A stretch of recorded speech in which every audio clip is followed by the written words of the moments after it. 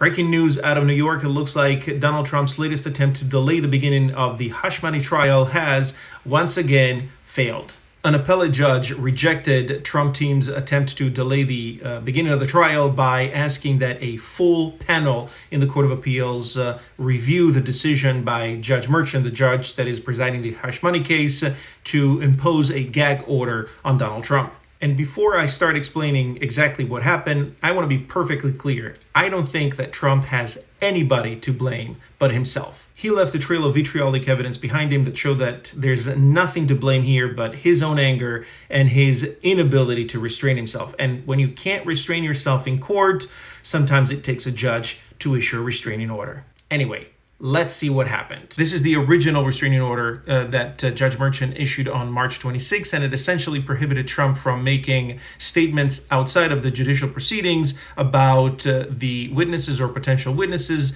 the DA, staff of the court, or their families. And of course, it took Trump no time at all to publish this, a long-winded comment attacking Judge Merchan's daughter. And that caused Judge Merchan to, of course, expand the gag order even further. And Trump, of course, appealed this order, asking, however, that it be a full panel of appellate judges and not just one judge to review this order and make a decision. And this type of process would have more than likely delayed the beginning of the trial that was scheduled for April 15. And that's how we got to this decision today, rejecting Trump's request to have a full panel review of the gag order, which will stay in place and more than likely, unless something else happens, will cause the trial to begin as scheduled on April 15.